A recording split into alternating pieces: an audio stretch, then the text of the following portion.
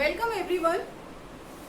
In this video, we are going to discuss about the strength of acid and base solutions and pH scale.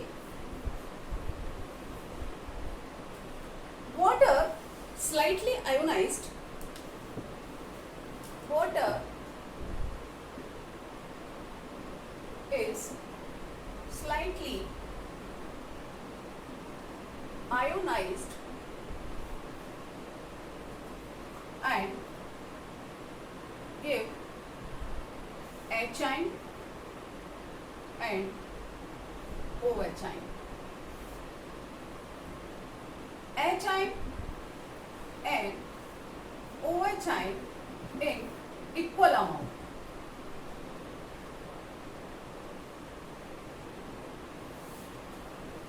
So H-ion and OH-ion, if equal amount, it means they neutralize each other. So pH 7, and pH 7 indicate neutral. So water is a neutral. Listen, look at here. Here I have written small p and capital H. What is this meaning? Small p and capital H. This is power of hydrogen ion. अगर हम यहाँ पर capital P लिख देते तो दोनों ही element हो जाते. जैसे हाइड्रोजन हम बोल रहे हैं H capital, it represent hydrogen element, और अगर मैं P भी कैपिटल करती थी तो वो हो जाता फॉस्फोरस. तो इसलिए हम स्मॉल में लिखते हैं P और कैपिटल में लिखते हैं हाइड्रोजन. इस indicate power of hydrogen ion. Okay, so power of hydrogen, that is represented by pH, and for water pH 7. If we slightly add acid in this water, suppose we add HCl, and HCl ionize H-ion and Cl. तो water के अंदर पहले से H-ion है, OH-ion है, और उसमें जब हमने HCl ऐड कर दिया तो क्या होगा? हाइड्रोजन आयन की कंसंट्रेशन इंक्रीज हो जाएगी. और अगर हाइड्रोजन आयन की कंसंट्रेशन इंक्रीज हो जाएगी तो सॉल्यूशन कैसा हो जाएगा? एसिडिक हो जाएगा. क्योंकि हम एसिड को कैसे पहचानते हैं? एसिड को पहचानते हैं कि एसिड आर दो substances which gives hydrogen ion in water. जब वाटर में हम डिसॉल्व करते हैं तो वो हाइड्रोजन आयन देते हैं. तो HCl जब हाइड्रोजन आयन देगा और हाइड्रोजन आयन वाटर के अंदर हाइड्रोजन आयन की अमाउंट ज्यादा हो जाएगी. क्योंकि सपोज पहले H-ion और OH-ion थे, HCl ऐड किया तो H-ion बढ़ गए और Cl आयन, तो H-ion की अमाउंट बढ़ गई. H-ion की अमाउंट बढ़ गई तो हम कह सकते हैं कि सॉल्यूशन जो है वो एसिडिक हो गया. अब अगर हमने इसके अंदर अगर हमने इसकी बजाय HCl के बजाय अगर हमने NaOH ऐड किया, अगर NaOH ऐड करेंगे तो क्या होगा? NaOH Na देगा और OH आयन देगा. तो OH आयन हम किस OH आयन से हम क्या पहचानते हैं? OH आयन से हम ये पहचानते हैं कि जब भी कोई बेस वाटर में डिसॉल्व होता है तो वो OH आयन देता है. तो इसका मतलब देखिए, वाटर में पहले H आयन थे, OH आयन थे, और अब हमने वाटर में एसिड ना मिला करके इस बार हमने बेस मिलाया. और अगर हमने बेस मिलाया है तो वहां पर OH आयन की कंसंट्रेशन इंक्रीज हो गई. लेकिन हम अगर pH चेक करते हैं तो pH का मतलब है power of hydrogen ion, power of hydrogen. तो अगर हम power of hydrogen ion check करेंगे, सपोज ये पूरा वॉल्यूम है, इस वॉल्यूम के अंदर पहले H आयन थे और OH आयन थे. अब हमने इसमें मिला दिया NaOH, तो क्या हुआ? Na आयन आ गए और OH आयन आ गए. अब वॉल्यूम तो इतना है, ठीक है, NaOH है. अब इसमें OH आयन की कंसंट्रेशन तो इंक्रीज हो गई, लेकिन H आयन की कंसंट्रेशन तो जितनी थी वाटर की वही है. तो अगर हम पूरे वॉल्यूम में लेंगे तो अब हम, क्योंकि वॉल्यूम तो बढ़ गया ना NaOH मिलाने से, तो उस बढ़े हुए इंक्रीज वॉल्यूम में अब हमने सपोज पहले ये था वाटर, हमने माना सपोज हमारे पास वाटर का जो था वो वॉल्यूम ये था, ओके, और अब हमने जब NaOH मिलाया तो वॉल्यूम ये हो गया. तो वॉल्यूम ये हो गया और इस वॉल्यूम में हाइड्रोजन आयन कंसंट्रेशन तो उतरी थी, तो इसका मतलब कंपैरेटिव कहें हम वॉल्यूम में तो हाइड्रोजन कंसंट्रेशन डिक्रीज हो गई. और हाइड्रोजन कंसंट्रेशन डिक्रीज हो गई, इट मींस कि ये सॉल्यूशन कैसा है? बेसिक है.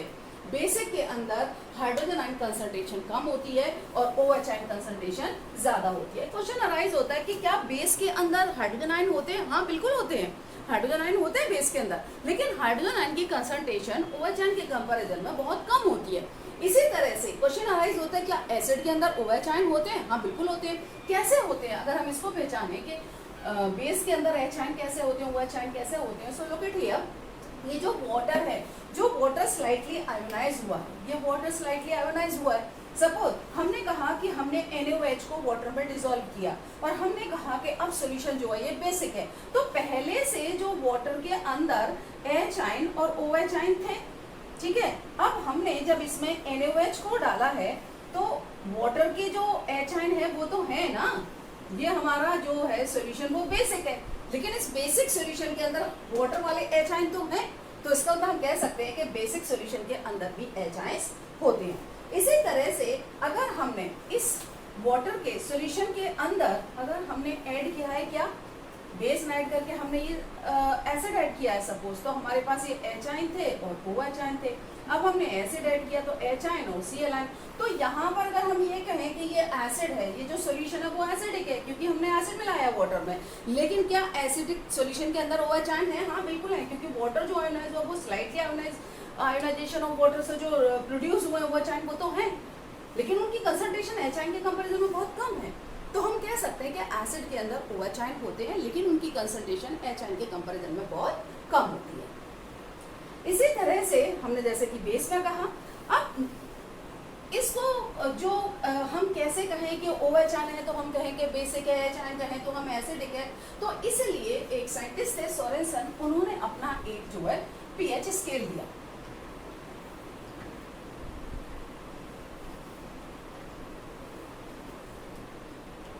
In 1909,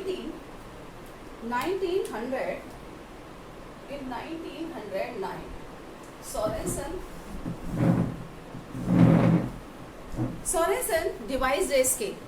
That name is pH scale. That is known as pH scale. उन्होंने एक pH स्केल दिया। उन्होंने कहा कि इसको हम सिर्फ हाइड्रोजन आयन कंसंट्रेशन के अकॉर्डिंग चेक करेंगे। इस pH स्केल को उन्होंने हाइड्रोजन आयन कंसंट्रेशन के अकॉर्डिंग दिया। उन्होंने कहा कि अगर हाइड्रोजन आयन कंसंट्रेशन ज्यादा है तो pH कम होगी, और अगर हाइड्रोजन आयन कंसंट्रेशन कम है तो pH ज्यादा होगी। तो इसका मतलब कम है हाइड्रोजन कंसंट्रेशन सॉल्यूशन के अंदर है, इसका मतलब क्या है कि सॉल्यूशन बेसिक होगा, और अगर सॉल्यूशन बेसिक है तो इसका मतलब उसकी pH 7 से ज्यादा होगी। 7 है सॉल्यूशन की pH तो वी कैन से कि वो न्यूट्रल है, और अगर pH सॉल्यूशन की 7 से कम है तो हम कह सकते हैं कि वो एसिडिक है, क्योंकि हमने दिया है according hydrogen ion. According hydrogen ion, अभी मैं आपको अभी थोड़ी देर बाद में भी आपको पूरा pH का चार्ट समझाऊंगी, एक्सप्लेन करूंगी, तब आपको ज्यादा अच्छा समझ आ जाएगा।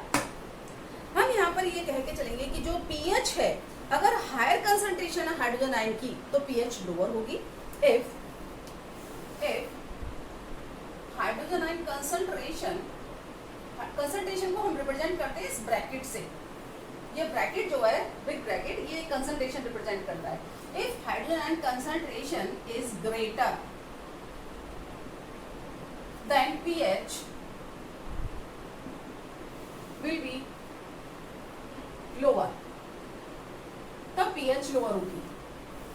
इफ अगर pH लोअर है और हाइड्रोजन कंसंट्रेशन ग्रेटर है, इसका मतलब स्केल पर जब हम पहुंचेंगे, जो स्केल सोरेनसन ने दिया था जिसमें नंबरिंग की थी उन्होंने 0 से लेके 14 तक, और बीच में उन्होंने रखा था 7, दैट इज न्यूट्रल मीडियम। ठीक है, अभी हम आगे आपको पूरा समझा देंगे pH स्केल, पूरा ड्रॉ करके बताएंगे अभी। सो लिसन, यहाँ पर अगर हमने ये माना कि pH ग्रेटर है, ये हाइड्रोजन आयन ग्रेटर है और pH लोअर है, इसका मतलब pH लोअर क्या है, 7 से लोअर है, और हाइड्रोजन आयन ग्रेटर है, इसका मतलब 7 से इधर जाएंगे तो हाइड्रोजन आयन कंसंट्रेशन इंक्रीज हो रही है, और हाइड्रोजन आयन कंसंट्रेशन इंक्रीज हो रही है, इसका मतलब सॉल्यूशन कैसा है, एसिडिक है, और एसिडिक के लिए हम क्या कह सकते हैं कि लोअर pH देन 7 से pH लोअर होगी तो वो एसिडिक होगा। If hydrogen ion concentration is lower than pH will be greater than 7, ये भी लगा लेते हैं, देन 7 तो क्लियर होगा, लोअर देन 7, तब आपको ज्यादा क्लियर होगा। ओके, तो अगर हाइड्रोजन आयन लोअर है, अगर हाइड्रोजन आयन कंसंट्रेशन लोअर है, हाइड्रोजन आयन कंसंट्रेशन लोअर है, then pH will be greater. इसका मतलब पीएच जो जाएगी वो इधर जाएगी, 7 से ऊपर जाएगी पीएच, ये जाएगी। तो इसका मतलब सॉल्यूशन कैसा है, बेसिक है। और अगर पीएच इधर जा रही है लोअर, तो इसका मतलब सॉल्यूशन कैसा है, एसिडिक है। ठीक है, तो इस तरह से हम पहचान सकते हैं, और ये स्केल में भी आपको समझाऊंगी।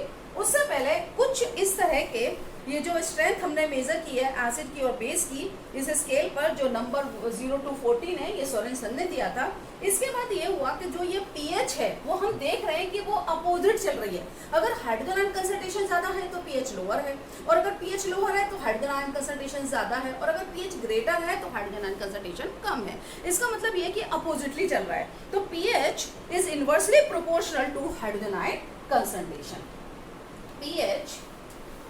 pH is inversely proportional to hydrogen ion concentration. Okay, ये इनवर्सली प्रोपोर्शनल है pH हाइड्रोजन आयन कंसंट्रेशन की। अगर pH ज्यादा है तो हाइड्रोजन कंसंट्रेशन कम होगी, pH कम है तो हाइड्रोजन आयन कंसंट्रेशन ज्यादा होगी। इसको इस तरह से साइंटिस्ट ने कहा कि इसको हम इस तरह से दे सकते हैं कि pH is equal to minus log base 10 hydrogen ion concentration. ये एक फॉर्मूला दिया गया। इस फॉर्मूले के ऊपर कुछ न्यूमेरिकल्स भी निकलते हैं। ये दिया गया कि pH equal minus log base 10 hydrogen ion concentration.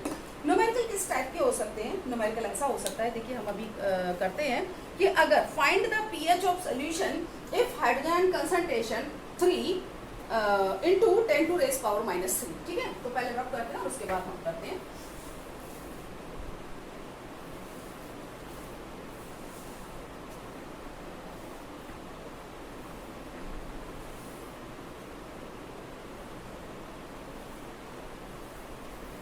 Calculate pH. Question: calculate pH of solution if hydrogen ion concentration is 3 into 10 to raise power minus 3। Okay, ये गिवन है तो आपको कैलकुलेट करनी है क्या, पीएच कैलकुलेट करनी है। ओके, सो नाउ लिसन, इसे अब हम वही फॉर्मूला यूज करेंगे, ये वाला formula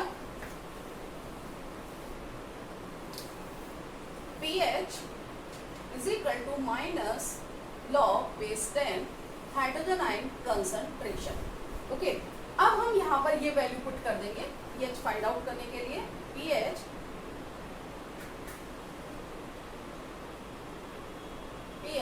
is equal to minus log base 10 और हाइड्रोजन कंसंट्रेशन गिवन है 3 into 10 to raise power minus 3। अब देखिए इसको किस तरह से करते हैं। इस माइनस की वजह से हम यहाँ पर ब्रैकेट लगा लेंगे। बेस 10 नॉर्मली हम मान के चलते हैं। अब इसको किस तरह से लिखते हैं, इसको लिखेंगे हम log 3, और जहां पर मल्टीप्लाई है वहां लगाएंगे हम प्लस, और जो पावर में वो हम लिखेंगे पहले, ब्रैकेट लगा लेंगे क्योंकि ये माइनस है, और log 10। ये एक log का लिखने का तरीका है कि अगर मल्टीप्लाई है तो वहां प्लस लगाते हैं, और अगर माइनस है तो उसे डिवाइड कर देते हैं। ठीक है, तो देखिए यहाँ पर ये आ जाएगी वैल्यू माइनस, और log 3 की वैल्यू होती है log 3 इज इक्वल टू 0.4771। ये आपको लॉग टेबल से पता लग सकती है। लॉग टेबल आपकी बुक के पीछे गिवन होती है। ठीक है, तो अगर हमें log 3 का देखना हो तो हम 30 का 0 देख लेंगे तो आपको ये पता लग जाएगा। तो यहाँ पर हम वैल्यू पुट कर देंगे 4771। अब यहाँ पे प्लस और यहाँ पे माइनस, तो ये आ गया -3, और log 10 की वैल्यू होती है 1।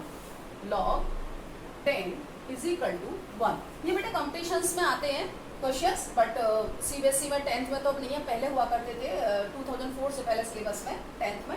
उसके बाद सिलेबस चेंज हो गया तो ये पार्ट हट गया है, लेकिन कॉम्पिटिशन्स में भी आ जाता है, इसलिए मैंने आपको बता दिया। मल्टीप्लाई 1, तो ये हो जाएगा आपका -0.4771 -3, और जब -3 में से ये प्लस वाला पोर्शन जाएगा तो ये अबाउट आ जाएगा -2.52, और माइनस माइनस प्लस बाहर लाएंगे हम तो 2.52, तो हमारी ये आ गई pH। इस तरह से हम pH कैलकुलेट करते हैं।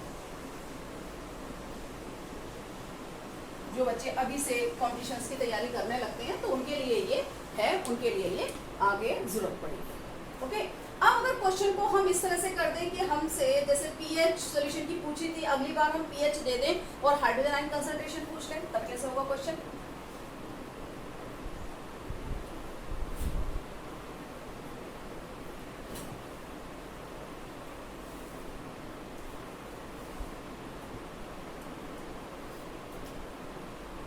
Calculate hydrogen ion concentration of solution which pH is 2, pH 2 given। अगर उस कंडीशन में हमें करना है तो हम क्या करेंगे, देखिए इस फॉर्मूले को किस तरह से लिखेंगे। अब हमको हाइड्रोजन, देखिए पैसे फॉर्मूला जो है वो ये है कि pH is equal to minus log 10 hydrogen ion concentration. अब अगर हमें हाइड्रोजन आयन कंसंट्रेशन लेनी है,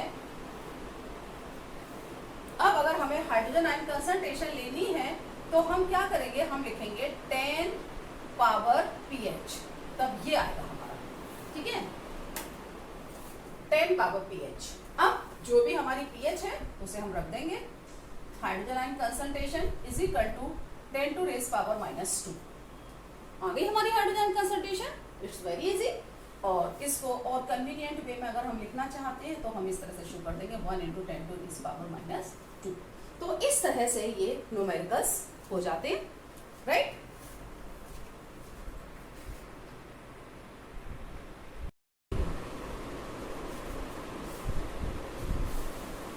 pH scale, this pH scale given by Sorensen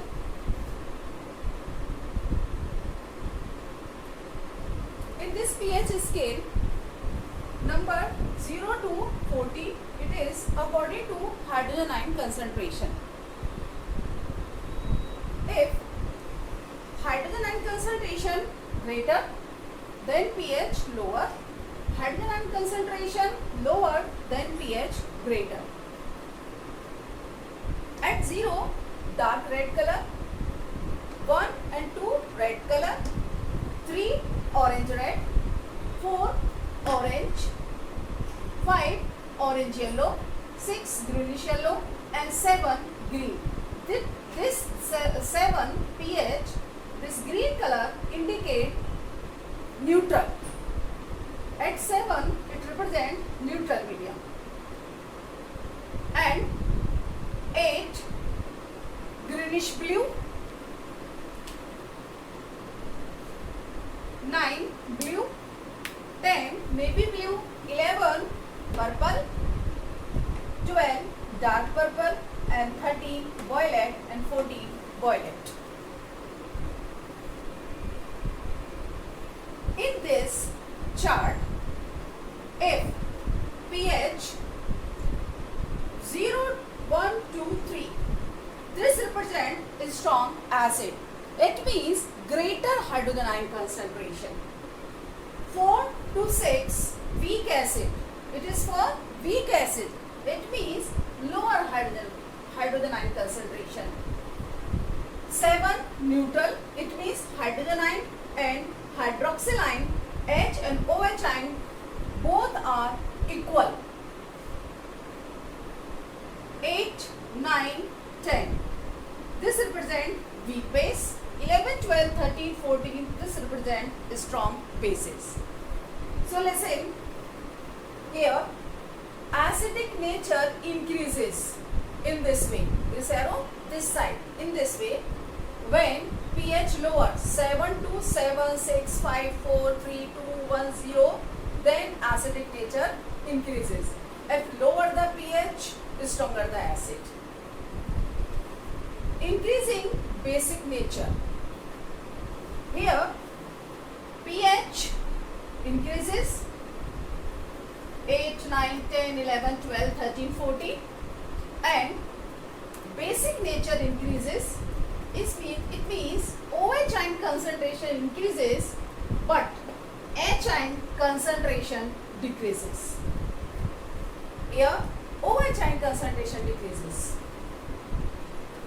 This is pH color chart according to this chart, we can find out how an acid is strong, कितना strong है, कैसे कह सकते हैं strong है, and कितना basic है कोई भी solution. Basicity of solution and acidity of solution we can measure by this, by identify the color from this chart. So listen, we take a universal indicator. Universal indicator is a mixture of some indicators. It is found in two types. We can use either in the form of solution or in the form of paper strip. जब भी आप कभी lab में जाएंगे, practical करेंगे, तो वहाँ आपको एक स्ट्रिप मिलेगी जिसमें अंदर ऑरेंज कलर की स्ट्रिप्स होती हैं, सेम लाइट ऑरेंज कलर, और ऊपर ये जो पीएच चार्ट है ये बना हुआ होता है. हम इस अंदर से एक स्ट्रिप लेते हैं और किसी भी सॉल्यूशन के अंदर जिसे हमें आइडेंटिफाई करना होता है, उस सॉल्यूशन के अंदर उस स्ट्रिप को टिप करते हैं जो लाइट ऑरेंज कलर की होती है. उस लाइट ऑरेंज कलर का चेंज हो जाता है कलर. जो भी कलर आता है उस सॉल्यूशन में, उसे हम इस कलर के चार्ट, जो कि पीएच स्ट्रिप के, जो पीएच की स्ट्रिप होती है उसके ऊपर एक कलर चार्ट होता है, अंदर स्ट्रिप्स होती हैं. अंदर वाली स्ट्रिप्स को हम लाइट ऑरेंज कलर वाली स्ट्रिप को सॉल्यूशन में डालते हैं, चेक करते हैं, उसका कलर चेंज होता है, तो ऊपर जो स्ट्रिप गिवन होती है कलर चार्ट की, हम उसे टैली कर लेते हैं, वो यही कलर चार्ट होता है. जिससे हमें ये पता लग जाता है कि सॉल्यूशन एसिडिक है और बेसिक है.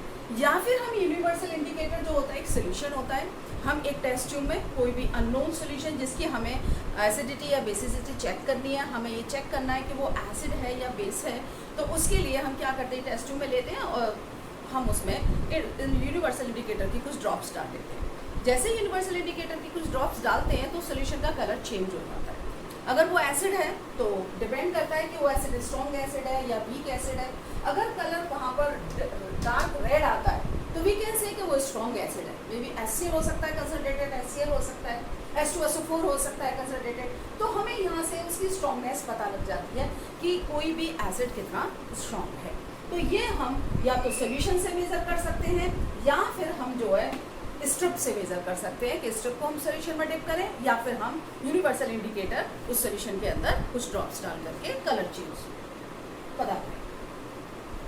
कुछ पीएच वैल्यू ऑफ सब कॉमन सब्सटेंस, कुछ कॉमन सब्सटेंस की पीएच वैल्यू गिवन है. तो गेट हियर, कंसंट्रेट HCl होगा तो 0 होगी.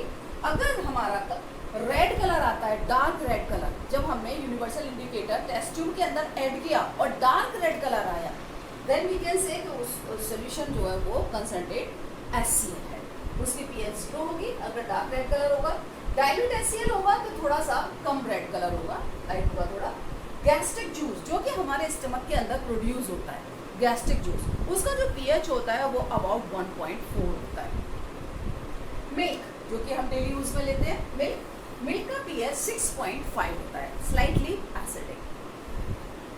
प्योर वाटर का पीएच 7 होता है, क्योंकि प्योर वाटर के अंदर हाइड्रोजन आयन और OH आयन कंसंट्रेशन इक्वल होती है.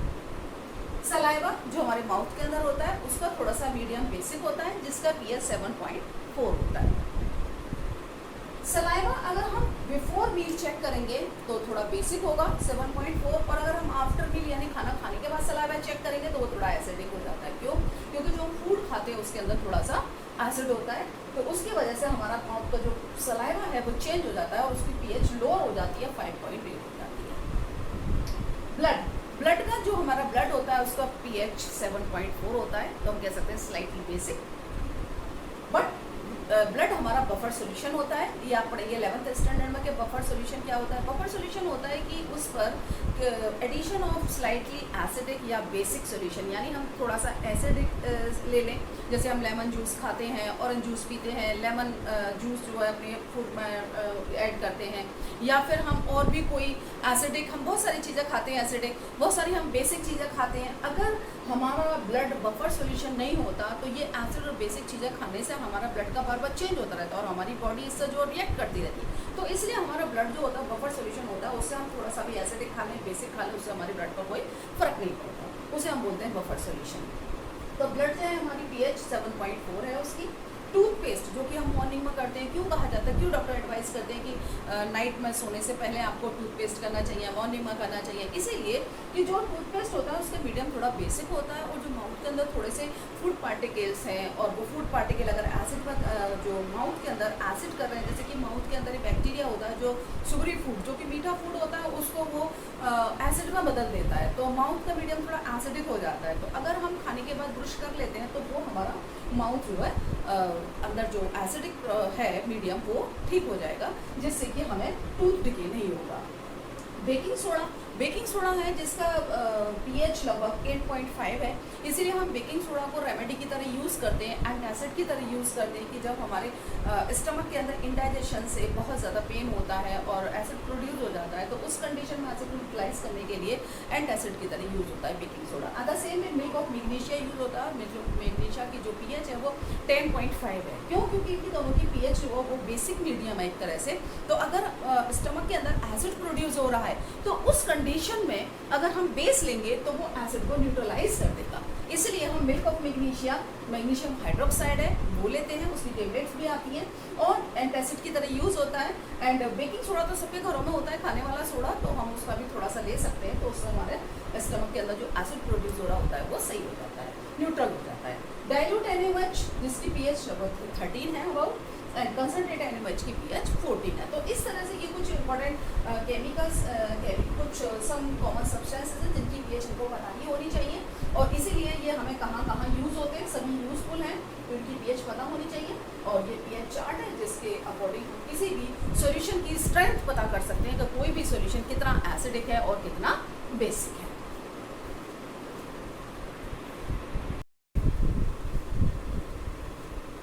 Importance of pH in everyday life. pH in our digestive system. हमारे स्टमक के अंदर गैस्ट्रिक जूस होता है जिसकी pH about gastric juice whose pH about 1.4। तो ये जो गैस्ट्रिक जूस होता है जिसका pH 1.4 होता है, हमारे स्टमक के अंदर HCl प्रोड्यूस होता है जो कि फूड के डाइजेशन के लिए सही होता है।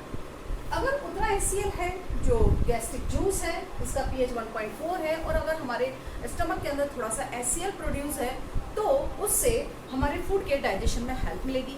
बट कुछ समय ऐसा होता है, कभी कभी ऐसा होता है कि ओवर ईटिंग से या फिर किसी और रीजन से जो स्टमक का pH है वो थोड़ा एसिडिक मीडियम हो जाता है, मतलब कि स्टमक के अंदर बहुत ज़्यादा एसिड प्रोड्यूस हो जाता है HCl, जिसकी वजह से जब भी फूड खाते हैं तो फूड का इंडाइजेशन होता है, फूड का डाइजेशन नहीं होता और जब फूड का डाइजेशन नहीं होता तो वो काफ़ी पेनफुल होता है। उस कंडीशन में हमें रिलीफ के लिए एंटासिड्स ले सकते हैं हम उस कंडीशन में। तो जो हम एंटासिड लेते हैं वो एंटासिड होता है जैसे मिल्क ऑफ मैग्नीशिया, इसका फॉर्मूला होता है MgOH ट्वाइस और इसकी pH होती है 10.5। तो ये जो 10.5 pH का जो मिल्क ऑफ मैग्नीशिया हम ले रहे हैं ये वर्क कर रहा है एंटासिड। एंटासिड का मतलब एंटी एसिड, जो एसिड का अपोज करे। तो क्योंकि हम देख रहे हैं इसकी pH 10.5 है, इट मीन्स कि इसकी pH 7 से ज़्यादा है, तो ये बेसिक है। तो जो स्टमक के अंदर एसिड प्रोड्यूस हुआ है उस एसिड को ये न्यूट्रलाइज कर देता है। या फिर हम ले सकते हैं बेकिंग सोडा ले सकते हैं। बेकिंग सोडा जिसमें घर में जनरली हमारे घरों में पाया जाता है बेकिंग सोडा, खाने का सोडा जिसे बोलते हैं, और वो होता है बेकिंग सोडा जिसका pH अबाउट होता है 8। फॉर्मूला होता है NaHCO3। अब इसकी pH भी 7 से ज़्यादा है, इट मीन्स ये भी बेसिक है। तो अगर हम इसको लेंगे तो घर में पाया जाता है सबके, अगर ज़्यादा प्रॉब्लम हो रही हो, पेन हो रहा हो, स्टमक के अंदर एसिड ज़्यादा प्रोड्यूस हो रहा है, जैसे बोलते हैं गैस बन रही है, बहुत ज़्यादा दिक्कत हो रही है, तो उस कंडीशन सबके घर में पाया जाता है बेकिंग सोडा। वो हमें हाफ स्पून 1 स्पून एक गुनगुनी पानी से या सिंपल वाटर से ले लेना चाहिए, जिससे कि जो स्टमक के अंदर एसिड प्रोड्यूस हुआ है वो न्यूट्रलाइज हो जाता है। तो इससे हमें रिलीफ मिल जाता है। इन्हें हम एंटासिड की तरह यूज़ करते हैं। या फिर आप जानते हैं इनो क्या होता है, इनो भी एल्युमिनियम हाइड्रोक्साइड होता है, उस पर लेमन का जो फोटो लगी होती है तो सब कंफ्यूज हो जाते हैं कि इसके अंदर लेमन है, बट लेमन सिर्फ फ्लेवर के लिए होता है। एक्चुअल में जो इनो होता है वो एल्युमिनियम हाइड्रोक्साइड होता है, दैट इज बेस, वो भी बेस होता है। और अगर हम उसको लेते हैं इनो को, तो जो हमारी स्टमक के अंदर एसिड प्रोड्यूस हुआ है उस एसिड को वो न्यूट्रलाइज कर देता है। अब pH change as cause of tooth decay. देखिए पीएच अगर माउथ के अंदर, हमारे माउथ के अंदर कुछ बैक्टीरिया पाए जाते हैं, उन बैक्टीरिया का काम होता है बैक्टीरिया का कि वो जो भी हम शुगरी फूड खाते हैं यानी जो मीठा खाते हैं, जैसे बच्चों को चॉकलेट खाने की ज़्यादा आदत होती है, जो भी मीठा खाते हैं उसको वो बैक्टीरिया एसिड में बदल देते हैं, तो माउथ का मीडियम एसिडिक हो जाता है। अगर हमारे माउथ के अंदर एसिड सपोज थोड़ा ही है, अगर थोड़ा सा प्रोड्यूस हुआ है, तो माउथ के अंदर पाया जाता है सलाइवा। वो सलाइवा जिसका पीएच अबाउट होता है 7.4, सलाइवा जिसका पीएच होता है 7.4, तो ये थोड़ा सा ज़्यादा होता है, स्लाइटली बेसिक होता है। तो अगर स्लाइटली एसिड है माउथ के अंदर तो वो इसको न्यूट्रलाइज कर देगा।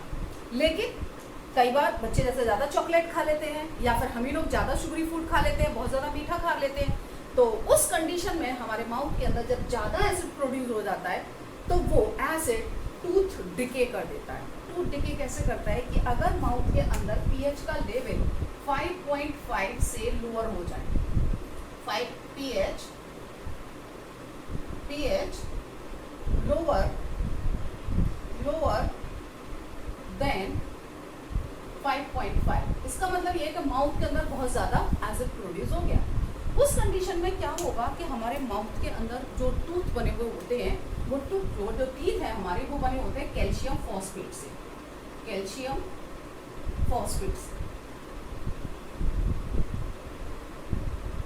जो टीथ है हमारे वो कैल्शियम फॉस्फेट से बने हुए होते हैं, और ये जो कैल्शियम फॉस्फेट है वो इस एसिड से, जिसकी पीएच हमारे माउथ के अंदर जो एसिड प्रोड्यूस है 5.5 है, वो सफिशिएंट है इसको डिसॉल्व करने के लिए। तो जो टूथ की इनेमल है, जो ऊपर वाली लेयर है, वो इस 5.5 वाले एसिडिक मीडियम से, जो माउथ के अंदर एसिड प्रोड्यूस है, उससे ये इनेमल हट जाता है, ऊपर की लेयर हट जाती है और टूथ को रोक देते हैं। तो इससे बचने का तरीका यही है कि जैसे हमें डॉक्टर एडवाइस करते हैं कि रात को सोने से पहले हमको टूथ ब्रश करना चाहिए। तो क्यों ब्रश करना चाहिए? ब्रश हम इसलिए ही करते हैं कि जो फूड पार्टिकल्स हमारे माउथ के अंदर हैं वो तभी के तभी रिमूव हो जाए, और खाने के बाद हमें अच्छे से माउथ को क्लीन कर लेना चाहिए। तो अगर फूड पार्टिकल रात को सोने से पहले ही हटा दिए जाएंगे तो एसिड प्रोड्यूस ही नहीं होगा। कई लोग नाइट में नहीं करते तो सुबह उठ करके करते हैं। तो टूथपेस्ट जो हम करते हैं, तो टूथपेस्ट से हमें फायदा क्या है? क्यों करते हैं हम टूथपेस्ट? टूथपेस्ट हम इसलिए करते हैं कि जो भी हम टूथपेस्ट यूज करें, चाहे तो कॉलगेट हो या पेप्सोडेंट हो, कोई भी हो, उसकी पीएच अबाउट 8 होती है। इसकी पीएच अबाउट 8 होती है। तो ये पीएच 8 है, तो इसका मतलब क्या हो गया? बेसिक है। तो अगर ये हम ब्रश करेंगे, टूथपेस्ट करेंगे, हम अगर कोई भी पेस्ट लेते हैं, सपोज कॉलगेट लेते हैं, पेप्सोडेंट लेते हैं, और उसकी पीएच 8 के आसपास है, तो बेसिक मीडियम है, तो जो भी हमारे माउथ के अंदर एसिड प्रोड्यूस हुआ होगा उसको वो न्यूट्रलाइज कर देता है। इसलिए हम टूथब्रश करते हैं, मॉर्निंग उठ के भी करते हैं और कई लोग सोने से पहले रात में भी करते हैं। अब है अगला, plant and animals are sensitive to pH. देखिए प्लांट्स और एनिमल्स सभी पीएच के प्रति सेंसिटिव होते हैं। हमारी बॉडी जो अच्छे से वर्क करती है और हम वर्क करते हैं, उसके लिए जो हमारी पीएच होती है लगभग वो 7 से 7.8 होती है। और अगर इससे आगे पीछे पीएच हो जाए तो हमें बहुत सारी प्रॉब्लम्स हो जाती हैं। बॉडी का पीएच, ह्यूमन बॉडी का पीएच, हमारी ह्यूमन बॉडी जो है, जो पीएच की एक नैरो रेंज पर काम करती है, ह्यूमन बॉडी का एक नैरो पीएच रेंज होती है, narrow pH range, that is 7 to 7.8 ये होती है। और अगर इससे थोड़ा सा कम हो जाए पीएच, तो इसका मतलब ये है कि अगर इससे कम पीएच हो गई तो फिर बहुत सारी प्रॉब्लम्स हो जाएंगी। किसी को स्किन प्रॉब्लम होती है, किसी को कुछ तरह की प्रॉब्लम होती है, एयरवेट्स हो जाते हैं, तो बहुत सारे एलिमेंट जिन्हें बोलेंगे हम कि या तो स्किन की प्रॉब्लम होगी, किसी की तरह की प्रॉब्लम होगी, तो इस तरह से प्रॉब्लम हो जाती है। एसिड रेन, एसिड रेन क्या है? एसिड रेन कि जब रेन फॉल करती है रिवर में और लेक में, तो क्या होता है कि रेन के साथ जो एटमॉस्फेयर की गैसेस हैं जैसे SO2 है, NO2 है, वो मिलकर के क्या बनाती है, देखिए एसिड रेन जो है, रेन का वाटर है, उसके साथ मिल गई सल्फर डाइऑक्साइड जो एटमॉस्फेयर के अंदर है, जिसने बनाया H2SO3 that is sulphurous acid. अगर एटमॉस्फेयर में नाइट्रोजन के ऑक्साइड्स हैं तो वो रेन के वाटर के साथ मिलकर बनाएंगे HNO3, और अगर एटमॉस्फेयर में कार्बन डाइऑक्साइड है तो वो वाटर के साथ मिलकर बनाएगी कार्बोनिक एसिड H2CO3। तो इस तरह से जो ये एसिड हैं वो रेन के अंदर मिल जाते हैं, और जब रेन के अंदर, रेन वाटर के अंदर ये एसिड मिल जाते हैं, मतलब कि वाटर, रेन के वाटर के साथ एक एसिड मिलकर के एसिड बनाती है, और ये एसिड जब रेन वाटर में ऐड हो जाती है तो वो कहलाती है एसिड रेन। उस एसिड रेन के, अगर वो एसिड रेन रिवर में या लेक में कहीं भी गिरती है तो उससे फिश जो होती हैं वो किल हो जाती हैं। इवन अगर एसिड रेन का pH lower than, acid rain pH lower than 5.5, तो उस कंडीशन में वो फिश को किल भी कर सकती है। यानी ये एसिड रेन अगर लेक के अंदर या रिवर के अंदर जाएगी जिसका pH लोअर 5.5 है तो वो फिश को किल कर देगा, फिश डैमेज हो जाएगी, उनको जो एक्वाटिक लाइफ है वो सरवाइव नहीं कर पाएगी। उस कंडीशन में क्या करते हैं कि जब ये ऐसा लगने लगता है गवर्नमेंट को, या जो थोड़ा सा समझ में आता है किसी को कि ये रिवर के अंदर जो है फिश मर रही है, तो क्यों मर रही है, क्या इसमें ऐसा कुछ हुआ है कि यहाँ पे एसिड रेन हुई हो, तो क्या किया जाता है, हेलीकॉप्टर से कैल्शियम कार्बोनेट गिराया जाता है रिवर के अंदर, कैल्शियम कार्बोनेट, और वो कैल्शियम कार्बोनेट डिकम्पोज होकर के देता है कैल्शियम ऑक्साइड, जिसकी नेचर होती है बेसिक, और बेसिक नेचर होने की वजह से ये कैल्शियम ऑक्साइड और कैल्शियम कार्बोनेट बेसिक होने की वजह से उस लेक के अंदर जो जितना एसिड रेन से एसिड प्रोड्यूस हुआ है उसको न्यूट्रलाइज कर देता है, और जो वाटर है रेन के अंदर वो न्यूट्रल हो जाता है, जिसमें वो इजीली सर्वाइव कर लेते हैं। तो उसके लिए रेमेडी यही है कि कैल्शियम कार्बोनेट गिराया जाता है लेक के अंदर। यहाँ पर एक पॉइंट छूट गया, इसे डिस्कस करते हैं कि soil pH and plant growth. देखिए pH अगर सॉइल की 7 है, अगर 7 pH है, pH equals 7 of soil, then soil better for plant। उस कंडीशन में सॉइल प्लांट्स के लिए बहुत अच्छी है। और अगर सॉइल का pH of soil lower than 7, उस कंडीशन में कैसा मीडियम हो गया, एसिडिक मीडियम हो गया, सॉइल एसिडिक हो गई। अब सॉइल जब एसिडिक हो जाती है तो उसको न्यूट्रलाइज करने के लिए कैल्शियम ऑक्साइड ऐड किया जाता है, कैल्शियम ऑक्साइड जिसे हम लाइम भी बोलते हैं, add calcium oxide to neutralize करने के लिए कैल्शियम ऑक्साइड, क्योंकि कैल्शियम ऑक्साइड क्या है, एक बेस है, इसकी बेस, कैल्शियम ऑक्साइड एक मेटल ऑक्साइड है और इसकी नेचर कैसी है, बेसिक है, और ये बेसिक होने की वजह से, और जो pH लोअर है 7 से, pH ऑफ 7 सॉइल बेटर है, ये तो बेस्ट सॉइल है, और जहाँ सॉइल की pH लोअर देन 7 है तो उस कंडीशन में अगर हमने कैल्शियम ऑक्साइड ऐड कर दिया तो pH सॉइल की इस 7 pH जो उसकी सॉइल लोअर है वो इक्वल 7 पहुंच जाएगी, यानी कि सॉइल न्यूट्रल मीडियम में आ जाएगी, न्यूट्रलाइज हो जाएगा उसका जो भी एसिड है। अगर सॉइल बेसिक है उस कंडीशन में हम क्या करेंगे, pH of soil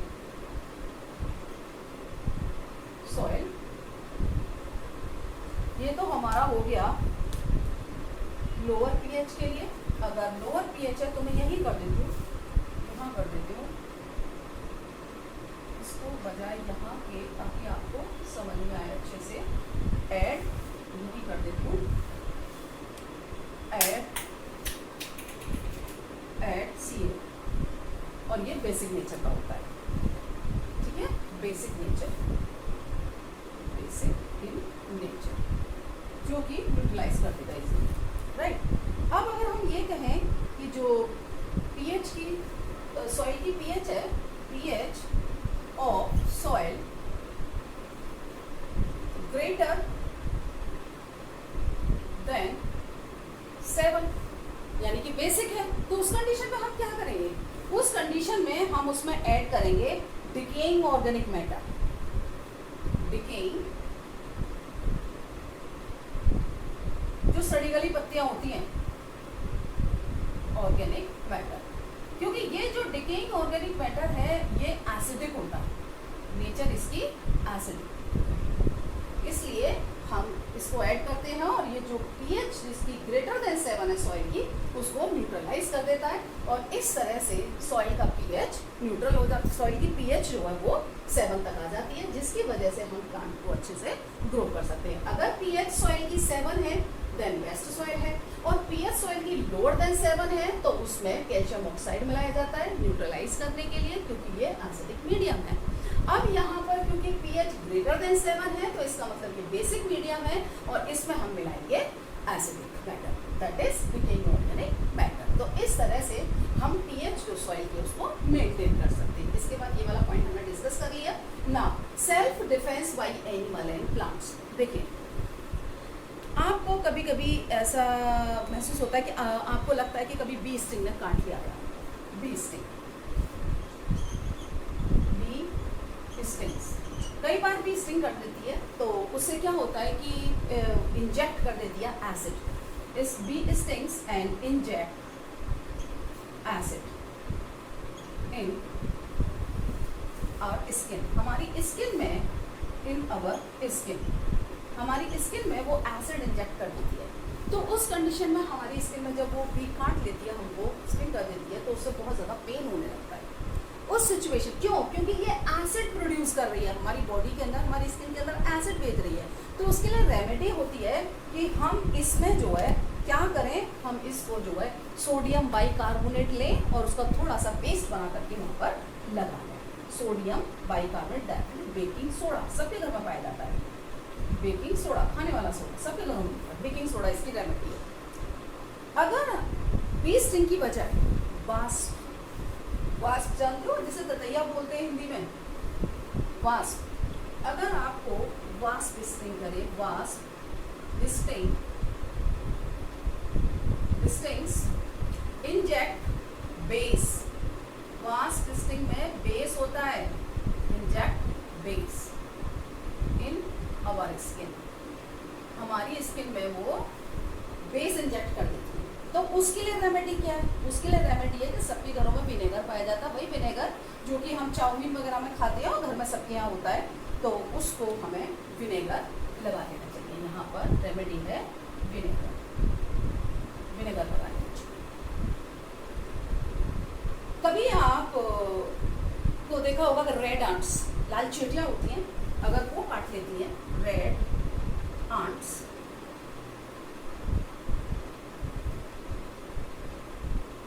red ants, stings, sting inject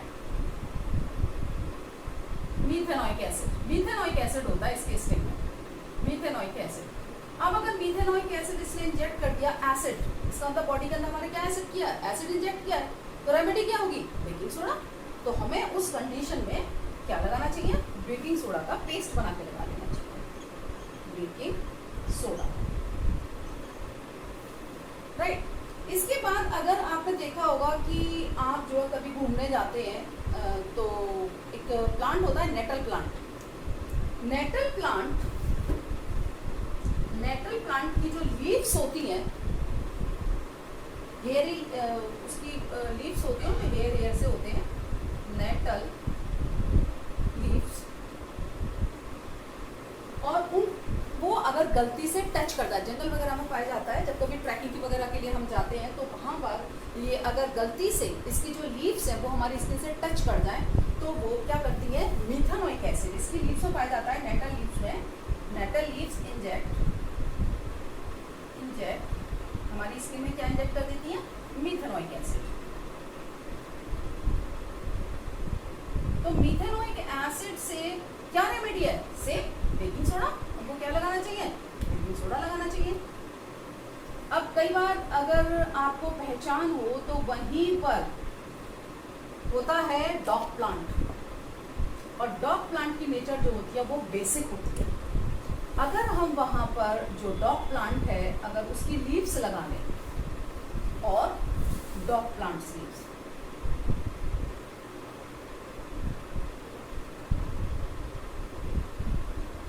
dog plant leaves का थोड़ा सा पेस्ट बनाएं और उसको अगर हम लगा लें डॉग प्लांट्स को, तो उससे हमारा जो है क्या होगा, डॉग प्लांट से ये बेसिक नेचर होती है डॉग प्लांट की लीव्स की, जिससे कि बेसिक नेचर होती है और जहां पर हमें पेन हो रहा है वहां वो उस पेन से रिलीफ देता है। तो डॉग प्लांट की जो लीव्स हैं वो रिलीफ महसूस कराएंगे हमें, क्यों? क्योंकि उसकी जो लीफ होती है उसके अंदर बेस होता है। तो अगर हम तो कभी बी स्टिंग करती है तो हमारे एसिड प्रोड्यूस कर देती है स्किन के अंदर, तो उसके लिए हमें बेकिंग सोडा लगाना चाहिए। और अगर वास्प स्टिंग करती है तो बेस इंजेक्ट कर देती है, ये ध्यान रखना है, वास्प से बेस इंजेक्ट होता है, बेस इंजेक्ट कर देती है तो हमें विनेगर लगाना चाहिए। जैसे कई बार कहते हैं ना कि अगर ततैया काट लेता है, आपको हिंदी में ततैया बोलते काट लेता है, तो उसको घी लगा दो, लोहा लगा दो, दैट्स मिथ, वो सिर्फ मिथ है, भ्रम है सिर्फ, वो सब नहीं। आपके घर में अगर विनेगर है तो वो लगा लेना चाहिए, तो उससे रिलीफ होगा, क्योंकि इसने अगर बेस इंजेक्ट किया है तो हम एसिड लगाएंगे, माइट एसिड होता है, जो ये विनेगर होता है एसिटिक एसिड होता है, वीक एसिड होता है, तो अगर हम वो लगा लेंगे तो उससे न्यूट्रलाइज हो जाएगा और पेन में रिलीफ मिलेगा। आंट स्टिंग करती है रेड आंट, लाल चींटियाँ, तो अगर वो काट लेती हैं तो मीथेनॉइक एसिड प्रोड्यूस करती हैं, तो उसके लिए हमें बेकिंग सोडा का पेस्ट लगाना चाहिए बना के। सबके घरों में जनरली पाया जाता है बेकिंग सोडा। अगर कहीं घूमने जाते हैं ट्रैकिंग पर और अगर आपको नेटल लीव्स टच कर जाएं तो उससे मीथेनॉइक एसिड इंजेक्ट हो जाता है स्किन के अंदर, तो उसके लिए रेमेडी होती है बेकिंग सोडा। अगर आप ले रहे हैं तो ठीक है, नहीं वरना जंगल में आपको बेकिंग सोडा कहाँ मिलेगा, या तो आप सोच कर जाएं कि अगर ऐसा हो सकता है तो लेके जाएं, उसका पेस्ट लगा लें, या फिर जनरली टूथपेस्ट होता है हमारे पास, उसमें भी बेस होता है। अगर कुछ नहीं मिलता है हमें तो फट से हम वो लगा लें, तो उससे भी हमें शायद थोड़ा रिलीफ मिल जाएगा, क्योंकि इसके अंदर भी बेस होता है। और डॉग प्लांट, और वहीं आसपास अगर डॉग प्लांट आप पहचानते हैं, अगर आप उसकी लीव्स का पेस्ट बना के लगा लेंगे तब भी आपको रिलीफ मिलेगा। तो ये देखिएगा, हमने इसमें डिस्कस किया कि इंपॉर्टेंस ऑफ लाइफ और importance of pH in everyday life, और ये सारे पॉइंट्स हैं, ये बहुत ही इंपॉर्टेंट है, इस क्वेश्चन आते हैं तो आपको कर लेना चाहिए। और अगर आपको ये वीडियो अच्छी लगी है, पसंद आई है, आपको समझ में आया है जो पढ़ाया गया है, तो वीडियो को लाइक करिए, शेयर करिए और चैनल को सब्सक्राइब करिए। Thank you.